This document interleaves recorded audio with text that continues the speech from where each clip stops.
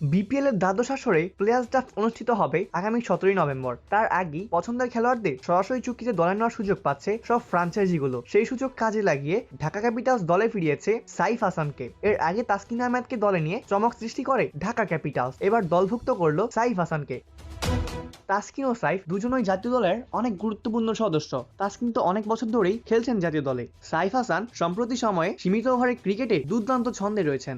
বাংলাদেশের সাম্প্রতিক সাফল্যে বড় অবদান রাখা এই দুই ক্রিকেটারকেই দলভুক্ত করেছে ঢাকা ক্যাপিটালস, যারা বিপিএল এর গত আসরেও অংশ নিয়েছিল। অপূর্ব দাস, প্লেভাস নিউজ।